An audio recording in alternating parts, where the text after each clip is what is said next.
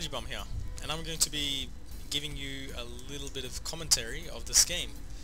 And it's going to be a TvT on Antigua Shipyard, and the Terran spawning in the bottom right is going to be Freedom, and the person in the top right is going to be TheMagiBum. And I'm sure you guys are probably wondering, why am I casting a game with myself? Well, I just played this game recently, and I'm not sure if you guys are aware of this, but I actually play as a Zerg player on ladder normally. So this is a very rare occasion that I decide to go off racing. A friend of mine, Mr. Rusky, he was the one who recommended I try playing Terran. So I figured, you know what, no harm in trying it, you know. I'm only in the Platinum League, so it's not like I could lose, like if I was in Grandmasters or something like that, I don't know. So yeah, just got some friendly banter going on here. It's a Terran vs Terran, so siege tanks play a vital role, marine count plays a vital role, upgrades also mean a lot. So determining when your opponent gets your gas is very critical. So if you see someone getting an early gas, you can probably assume they're going to go for some sort of siege tank or banshee pressure maybe, stuff like that. But we can see Freedom over here walling in up the ramp near the second base, so he should be able to take a second base relatively easily. And yeah, he seems to be from Singapore, and that's pretty good because he seems to understand English fairly well. A lot of people in Southeast Asia can actually speak, I don't know about speak, but they at least understand enough, a little bit of English. So that's always good when playing in the C server. Whereas I don't know, I guess in Europe it might be, I don't know. I guess in like there's a lot of Europeans that can also speak English, so it's pretty good. Like you think about it, in most countries you got a lot of people that can speak English. Well, not a lot of people, but a reasonable amount. Especially the ones that have internet and have friends in other countries. I think English is like one of those languages where it you can communicate with like so many different people that it's such a valuable skill to have, just being able to speak English. Sadly, I can only speak English, so although it's a good skill to have English in my vocabulary, in my languages, I don't have any others. I do know a little bit of Italian and stuff, but very little. Ciao. That's it. So we should be seeing a orbital command come out of. Oh no, maybe not. He just needs more SCVs. I've got my orbital command out now, and I'm working towards factory because I got one gas. Need to get my siege tanks out, and I'm going to send a marine right over here just to check if there's a Reaper or something like that. And here I go to scout, finally, after scouting all the other positions, and I've come so late that I've missed out on being able to scout. I don't know if I actually see what's there. No, I don't. Okay, so I don't even see if there's a wall in there or not, but the fact that I've seen marines outside here means that he's probably going for a base here. But since he has 3, or 4 now, but I saw 3 when I only had 2, it probably means he's got an extra barracks. That's what I deduced from it, at least. So I'm thinking to myself, okay, if he's got 3 marines, I'll have 3 marines, and it'll be an equal trade. Obviously, he's got a few more than me, but well, 1 more than me.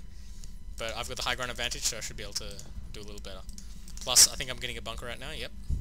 And I got a 4th marine out, so his attack, if it ever comes, which now he's got 6 marines. So yeah, having an extra barracks is really good. Like you end up getting so many more marines, and just by having 1 more marine, you end up taking the battle so much more effectively. But yeah, now I'm just positioning my marines, getting ready for an incoming attack in case, because I know he has 1 more barracks than me, so I need to have a bunker down just to compensate for not having the extra barracks. So yeah, just trying not to get supply blocked like I always tend to do. Oh, yep. So yep, and should be getting siege mode soon, I'm hoping, but maybe not. I don't know. Now I feel like I'm safe now because I got a bunker. I got 4 marines, so I'm going to get a tech lab out and start working on stim. And unfortunately, he's got a really big force here. So this might be enough to take out my bunker, but I don't know. If I know that it's coming, I might be able to repair it. Otherwise, I might be in a little bit of trouble here. It looks like a big force is coming, and there's only 1 bunker, 1 marine. Oh, and I managed to kill 1 marine off and damage another, and it looks like he's going back. Okay, so now I've noticed that he's actually going to attack. So if he decides to push his luck, then I've got 4 SCVs now to try to repair. So he's just going to take the center of the map, have map control, has lots of marines getting pumped out right now, starting mining his gases as well. He's probably going to work on his +1 as well as factory, but now I've already got factory tech, I've already got a siege tank, I'm getting siege mode. I might get another siege tank if I want to. The only problem is, the good thing is as well, I've got another base, so, plus I got 2 orbital commands, so I've got so much more, muleage, I guess, although he has 2 mules, I have 2 mules, I think. So, yeah, just working on constantly trying to produce SCVs. This is one of the problems I found with, playing on a different race, the fact that there's so many, macro mechanics that, you just don't know because you never use them, such as like always building SCVs. It's a really hard thing for me to do. You'll notice me, if I put the production tab up, you'll see I'll probably stop building SCVs for a while. I'm actually getting a lot better at it now though, but I'm still pretty bad. Basically, when it comes to building SCVs, you always have to be building SCVs in the early game. Like pretty much the first 10-15 minutes, you have to be building SCVs. Like 15 minutes is probably a bit much because you might have like 70 or 80 SCVs and that might be a bit too much. But if you have at least 50 SCVs, you can saturate 2 bases relatively effectively. But you need more if you want to take 3 bases. The thing with taking more than 2 bases is Terran. It's not really a problem though. It's more of a, I guess, a way you look at things. I guess I don't know. But usually Terran players mine their bases out a lot faster because of mules. So because of that, it's usually by the time you get your 3rd base out, you've your first base your main base is probably already almost mined out. So now I've gone up to three gases because my gas is extremely low, and I'm working towards more barracks too because my minerals are extremely high, and marine's always a good way to sink minerals into. So we're seeing a medevac here now. We might see some drop action, or he might just be using it in order to heal up his marines. Up. Looks like he's going for a drop, and he's got 1 dropship full and 2 dropship full. Okay, so he's got 2 full dropships, and it looks like he's going to land into the main right here. And right now I'm just scanning the enemy base. I see his command center now coming down, so I know I'm in the lead in terms of economy. So I've got to play defensively. That's my basic analysis of what I scanned there. As well as, I think I saw this factory too, so I can assume he's got gases as well, so he's probably not going to be going for a super crazy all-in with like heaps of marines and stuff. He's probably working on stim and stuff like that. So now this, unfortunately, this medevac's going to die. He's probably going to kill off some SCVs, kills off 2, yep, kills off the supply depot, so he's doing a little bit of damage here. If he gets out now, he'll be alright. The thing is, like, I've only got like 5 or 6 marines and some siege tanks, so, and these marines are all going to die now. Yep, they're all going to die. Siege tanks come in, so it's going to take out a whole bunch of marines now. So now I'm setting my SCVs into attack, and I realise, oh crap, there's no reason for me to bring SCVs in there. But it looks like he's actually taking time firing my starboard. Now he's going after a refinery, so he's going after stuff that's not very valuable to me. And now he's going for my command centers. I'm like, oh crap, that was a bad decision, shouldn't be doing that. But the good thing about this is, if you can see, I'm actually got a siege tank underneath here. There it is, but he can't see it, so if he tries to run in and be a bit too greedy in what he goes for, then he's gonna lose his entire army pretty much. Or he's gonna lose like most of it. Also, I'm also trying to build more marines, but I keep like my supply depots have all died, so I'm really supply blocked. So building 4 supply depots. I really don't like using the call down extra supplies, just because it's not that I don't like it. I like muling more than that. So now I see he's got his units inside the medevac, so I'm going, oh crap, I gotta try and kill it. And I can't kill it. But I've got the reason why I stim there instead of not stimming is because I have a medevac, so I know I can heal up afterwards. Then sadly I don't know what happened there. I think I lost sight of it for a bit, but then I think I see it again. I'm like, oh crap, he's gonna go from my 3rd command center or no? But it turns out he doesn't. But instead it looks like he's going for like a Sky Terran build now. Although it could just be that he's trying to spend all his gas because he's got a lot of gas at the moment. Yeah, he's mining from. He's got 4 guys in that gas as well, so he's mining as much gas as he can possibly get. Sadly, I let these medevacs go, but luckily they didn't kill that many SCVs. They killed 3 workers and killed a whole bunch of supply depots. So it's not that damaging for me. The only problem is now I've got to build a whole bunch of supply depots, which is delaying me a lot. And he also took out my engineering bay when he was halfway down upgrading armor. So now I'm going to catch up in that by getting 2 engineering bays and an armory as well, because I need that to get +2. And now I decide, you know what, medevacs are pretty good at dropping, so let me drop myself. And I figure best way I can drop is here, but sadly he already knows about it, so he's got some marines there. And the way I see it is I'm going to go for my 3rd base. So if he's going for his 3rd base too, or if he's already got it up, then I'm going to do some damage. Otherwise, I would have just come in here, seen nothing, and in the meantime would have gotten my 2nd base. I'm also getting 4 marines here in case a drop comes here. I'll be able to stim run in and kill off the medevac before it does any damage. and it looks like he's still got map control, but that's because he's only on 2 bases, whereas I'm on 3.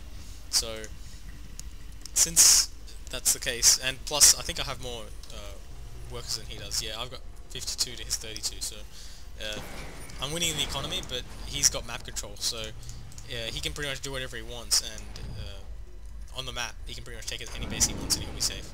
And it looks like I'm trying to work out how the dropship works. Yep. I'm calling these dropships even though they're medevacs. The reason that is because I used to play StarCraft 1 as a kid.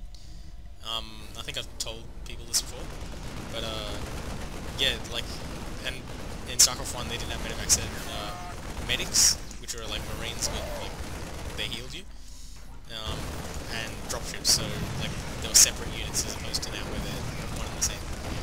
But yeah, so now I've killed off a bunch of SCVs, I'm like really happy with myself, but he's got 4 siege tanks. Incredible. And he's totally demolishing my army now. I've got 4 units left, so now I'm doing my own attack at the front as I'm pushing, going in from the back too. But he's got a whole bunch of Vikings, so he can take out my medevacs if he needs to. And it turns out I'm taking out a couple of little buildings here and there, but he's got some Banshees out now. And so I've got to stim in and try and kill these Vikings, but these siege tanks are going to be shelling my marines, so I'm going to lose these, most likely I'm going to lose these siege tanks, but can I kill anything? Yep, I killed 1. Now it all comes down to micro now, so what's happening here? So it looks like he's killed off both my siege tanks, so his siege tanks are going to have free reign, so now it doesn't matter. And look at this, oh, all these barracks are following the siege tanks, I think. It's kind of cool. I guess it's kind of blocking the siege tank. I can still see it, but like if he puts it like 1 there and then 1 there, then it'll be better off. But now he's just going to use them to. He needs to build marines out of their axes. So now, if you look at the income tab, both of us have, well, not really income tab, but you look at the money, you can see that we've both got a lot of resources, which means that we're, like, well, I'm actually trying to spend my resources, but I just can't. Even though I'm building 8 marines at a time, getting more upgrades, more starports, all that kind of stuff. And since I know he's going for Banshee, he's probably going to go for some harassment, so I reinforce my turret line with more turrets, and I think I try to get a turret there too as well, so just so you can't go around the turret. But this turret here should be like more than enough to deal with it, so he goes after the marine, he loses 1. I've got a Viking here too, which does a bit more damage to it, but yeah, Vikings are, they're good against Banshees, but oh, am I going to kill another Banshee? That'll be nice. I don't actually remember what happened here. No, there was 2 Banshees, there were 2 Vikings here, and so yeah, that goes down. Sadly, I lost that. But right now my economy is so good that it's actually alright for me to go for that kind of stuff. So the reason why I got 3 starports as opposed to just 1 or 2 or whatever is because I like to get one with a reactor, because you always want lots of medevacs, and also Vikings if you need to produce bust is always a good idea. And we see a huge drop coming in. Oh no, but it looks like the Marines coming out of it and they're going to kill every single drop. Oh wow, that's really devastating. If we look at the units lost tab, units lost, yeah, now he's lost way more. Even though he did a significant amount of damage to my main base at the start, he's now taking a lot more damage just by those dropships being that way. Okay, so now my economy is like really kicking into the high gear. I've got 13 Marines being produced at one time. I can afford to put more turrets everywhere. I'm making sure I'm immune to any kind of drop, any kind of Banshee harass, anything like that. And we see a large Banshee fleet moving out. 3 Banshees and 2 Vikings, so the Vikings should be able to counter any extra Vikings that are on the air, and the Banshee should be able to take out anything else that's on the ground. That's a good play to go, and he's also got 2 orbital commands here, and he's building a second one as well, another one. And he's got another command center. So he's got a lot of command centers, but he doesn't have a lot of bases. So he's still on 2 bases, and he's probably almost mined out in his main base here. He's down to his last mineral patches. I've actually almost mined out my own base as well, so I'm going to be transferring some SCVs to the next base. And if you look, this missile turret line is really close together. It doesn't have to be this close. Like, these 2 missile turrets are more than enough. You don't need this one.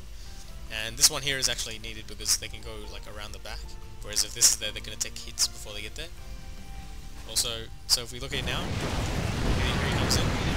You see, I've noticed it. I've stimmed and run in, but then I realized, wait a second, I've got missile turrets here. It's fine. Everything dies, and yeah, looks like I'm in a much more favorable position. I'm in 200, he's at 88 out of 116, so he's way behind in the macro, but yeah, he is actually spending his money, whereas I'm not, because I actually can't anymore because I've run out of room. I've got 200 out of 200 and that's all I've got left. And he would probably have 200 out of 200 as well if he didn't lose all his medevacs full of units. I think he had like 4 or 5 siege tanks inside those medevacs as well as like a bunch of marines. So losing that is really damaging for him. So here it comes. Here comes a big engagement. Siege tank was right in the wrong spot to engage. So here comes the marines.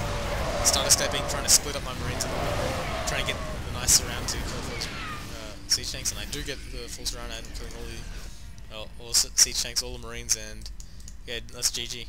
So yeah, it was a fun game for me, like just because I've never played, well not never, but I played it a couple of times I think, but I never actually played it. Well, that's not true. I played a lot actually of Terran games, so I know like all the hotkeys and stuff like that. But I never actually played on ladder, and I never actually played against like people of equal skill to me. So yeah, it was a fun game to verse someone who was I guess in the same league as me, and yeah, to see that like I could actually win a game against a person of equal skill with a race I'm not 100% with is pretty good.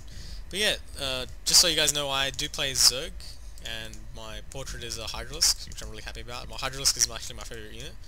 Sadly, since in StarCraft 2, the Hydralisk isn't that good. It's not that it's not my favourite unit anymore, it's just that I don't use it as much. But yeah.